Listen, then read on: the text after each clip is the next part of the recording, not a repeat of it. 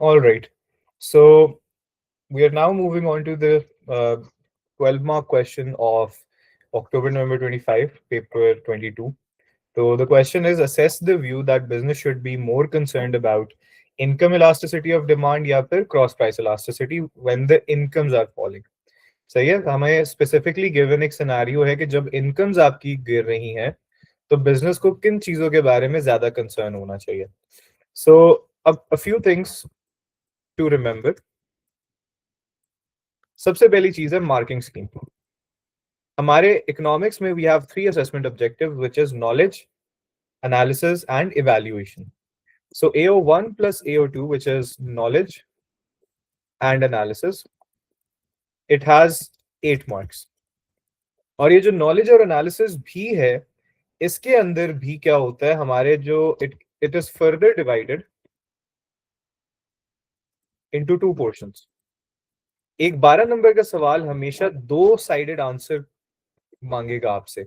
तो इस केस में दो साइडेड आंसर क्या है कि पार्ट वन फॉर इज कि वाईडी होती क्या है, वो बिजनेस के डिसीजन मेकिंग में किस तरह हेल्प करती है, एक्सीडी क्या होती है and how does that help in the business decision making. And then we have AO3 which is evaluation and this has 4 marks. तो हमारा एनी 12 मार्क कैसे, सो एनी 12 मार्क ऐसे can be divided into 3 parts. So इस case में जो part number 1 है, part 1 would be you would define income elasticity of demand and explain how the knowledge of income elasticity can be helpful for businesses making decisions. Plus, explain how YDs may be limited. Matlab, you have to explain, let's rephrase this, how, explain what are the limitations of YED. For instance के incomes हमारी continuously change हो रही हैं और वो एक certain point in time पे क्या कहते हैं हमारे इकोनॉमिक कंडीशंस को रिफ्लेक्ट कर रही हैं. तो it's a static measure, it's not a dynamic measure. So static होते हैं टाइम पीरियड के लिए तो it they may not be very accurate. या फिर क्योंकि हम अजम्पशन ले रहे होते हैं सेट्रस पैरिबस की, we are taking all other factors like ads, like prices of other goods constant, तो वो भी एक लिमिटेशन है. जब हम ये एक्सप्लेन कर देंगे, we then move to part 2 that would be define cross price elasticity of demand plus explain how the knowledge of XCD can be helpful for businesses making decisions, plus explain the limitations of XCD. And then part 3 would be conclusion and evaluation. ठीक है, in conclusion and evaluation में हम क्या चीज देखेंगे? In a conclusion and evaluation, we are going to write about which one will be more useful and on what factors would the decision depend on, leading to a reasoned judgment. अब mind this, एक और चीज याद रखना कि whenever एक 12 number का सवाल हम लिख रहे होते हैं, the reason why thresholds are low is कि हम क्या करते हैं, हम सिंगल साइडेड आंसर लिखते हैं. फॉर इंस्टेंस अगर मैं आंसर में सिर्फ ये लिख देता हूँ कि वाई वाईडी इज यूजफुल और मैं एक्सीडी का जिक्र करता ही नहीं हूँ और फिर मैं कंक्लूजन की तरफ चला जाता हूँ, तो मुझे ये बात मेरी याद रखना कि maximum marks that you can get for a 12 mark ऐसे इज 4.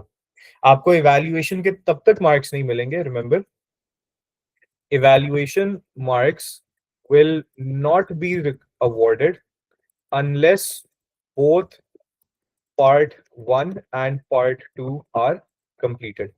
अगर मैंने सिर्फ पार्ट 1 की डिस्कशन कर दी है और मैं सीधा पार्ट 3 के ऊपर चला गया हूं, मैं जितना भी अच्छा कंक्लूजन लिख दूं, याद रखना कि मुझे कभी भी उसके मार्क्स अवॉर्ड नहीं होंगे. So the maximum marks that I can be awarded are how much? Only 4 marks. अब उस 4 में भी again they since the 12 markers follow level based marking scheme, तो वो बहुत डिफर करता है. तो थोड़ा सा let's now write an answer for this, right? So let's write a sample answer, and I'll explain what are the things that you guys have to be क्या कहते हैं, mindful about whenever you're writing an answer. तो हम step by step चलेंगे. सबसे पहले हम बताएंगे कि income elasticity of demand measures how responsive the quantity demanded is to a change in incomes of consumers, right? और हमने जब भी इलास्टिसिटीज का क्वेश्चन देना के बारे में लिखना है, रिगार्डलेस कि वो 12 नंबर में इस्तेमाल हुआ है, रिगार्डलेस वो 8 नंबर के सवाल में इस्तेमाल हुआ है, हमेशा फॉर्मूलाज हमने लाजमी देने हैं. So formula is something that is a must whenever you're answering an elasticity question. So it is calculated as, so percentage change in consumer in quantity demanded divided by percentage change in consumer income. So that's the definition, first part. Now we move on to explaining how YD is important for the business. So YD is especially important for businesses because it helps the business predict whether demand will rise, fall, or stay stable during economic growth or recession. ठीक है, कि business को ये help किस चीज में करती है, इन डिटर्मिनिंग कि अगर हमारी incomes in the economy change हो रही हैं तो उस केस में हमारी डिमांड किस तरह चेंज होगी. ठीक है. So now will explain what the values of YED tell us. And जब भी हमने वैल्यूज ऑफ वाईडी का बताना है, हमने उसको एग्जांपल्स के साथ एक्सप्लेन करना है, right? So will say if YED is strongly positive, which is meaning that positive income elastic,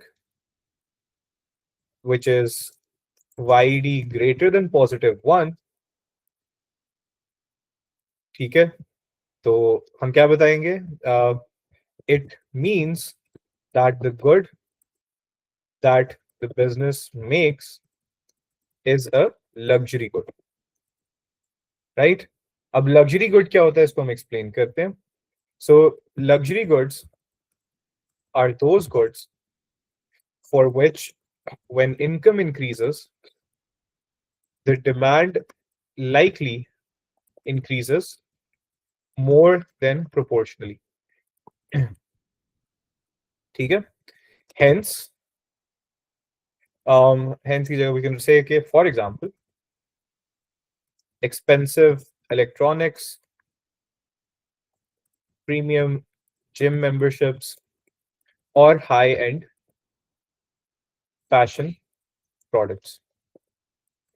Similarly, if YED is low but positive, meaning it is income inelastic, meaning के क्या है, हमारी positive है but inelastic है, meaning YED is greater than 0 but less than +1, it means that demand is relatively stable even if income changes. This suggests that the goods are normal and necessities. Demand for such goods do not increase because there is a limited quantity needed for survival. ठीक है? Lastly, if the YED comes out to be negative, it suggests that the good is the good is inferior, meaning that as the incomes rise, the demand for such goods will fall. Inferior goods represent goods which are low quality, such that when incomes rise, consumers switch away to better quality substitutes. For example, thrift clothes. ठीक है? अब हमने बताना है कि how is it useful in business decision making. ठीक है? तो हम इसको बताएंगे. For businesses, it informs them about potential changes in their sales when an economic growth or economic recession occurs. Businesses should focus mainly on producing normal goods, which is necessities or luxuries, when an economy is going through a growth phase. This is because during this time, the incomes in the economy would be increasing, and therefore demand for luxuries would rise and inferior goods will fall. Therefore, to maximize the sales revenue, businesses should focus resources to producing these goods. On the other hand, if the economy is going through a recession, business may focus their resources to producing more value-based items, which can क्या कहते हैं, target value for money message, because during recession, incomes fall and consumers switch away to such goods. So यहाँ पे हमने बता दी how it is useful. Now what we'll do is we'll explain the limitation. However, YD is not constant. Since the incomes and consumer behaviors in the society are constantly changing, and a YD calculated earlier may no longer remain relevant due to the dynamic nature of the economy. Such static nature of this measure limits its usefulness. ठीक है? तो हमने YD की usefulness और उसकी limitation बता दी. अब हम एक्सप्लेन करेंगे cross price elasticity of demand. On the other hand, cross price elasticity XCD measures how responsive quantity demanded for a good is to a change in price of another product. It is calculated as percentage change in quantity of good X divided by percentage change in quantity of good Y. सही है? XCD is useful because it shows the competitive relationships in the market. A positive cross price elasticity tells us that the nature of the good is substitutes, meaning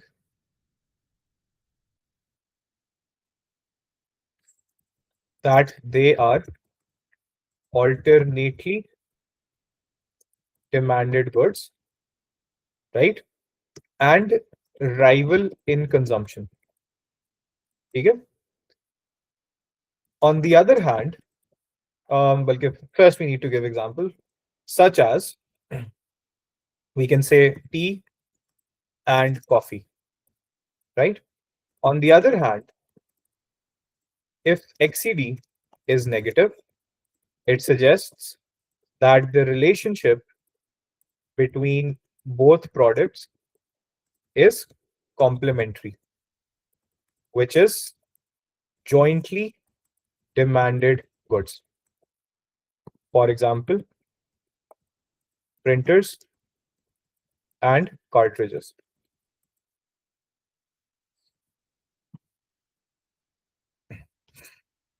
If a business knows that the price of the product, the XCD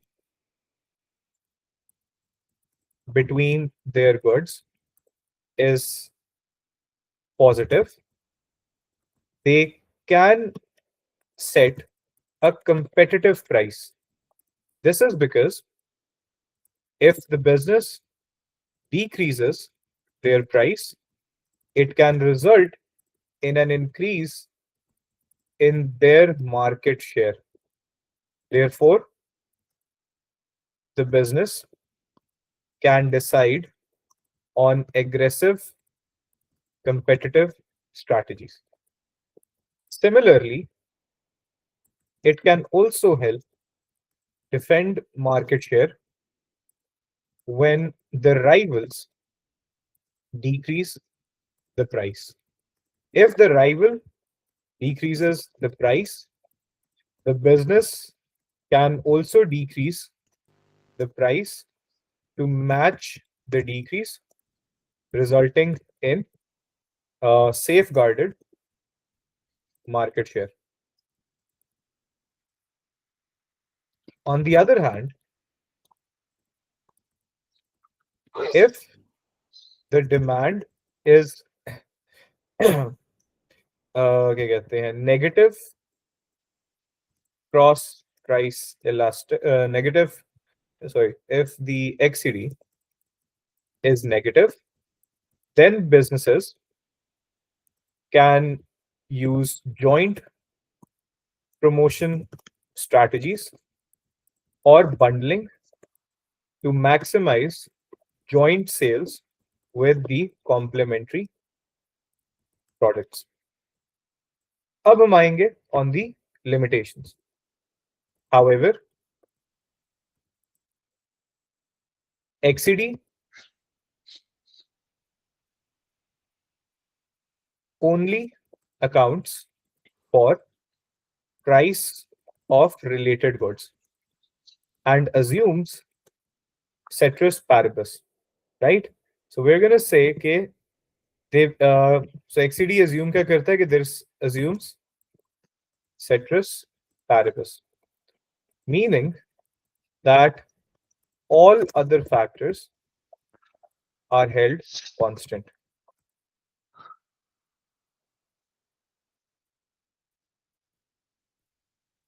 So if everything is held constant, in real world, that rarely exists, which can limit its usefulness. And now we are going to evaluate, right? So overall, अब यहाँ पे एक चीज याद रखना कि हमने context याद रखना है कि कॉन्टेक्स्ट क्या था कि कौन सी ज्यादा यूजफुल है जब इनकम्स फॉल कर रही हैं. तो जब इनकम्स फॉल कर रही हैं तो ज्यादा कंसर्निंग क्या है, वाईडी, right? So fundamentally YED would be more useful. So overall, when incomes are falling, a business should be more concerned about the YED than XED because the downturn fundamentally changes the incomes. And YED directly tells us how much demand changes and how much would the revenue change. This helps the firm make capacity and production decisions accordingly.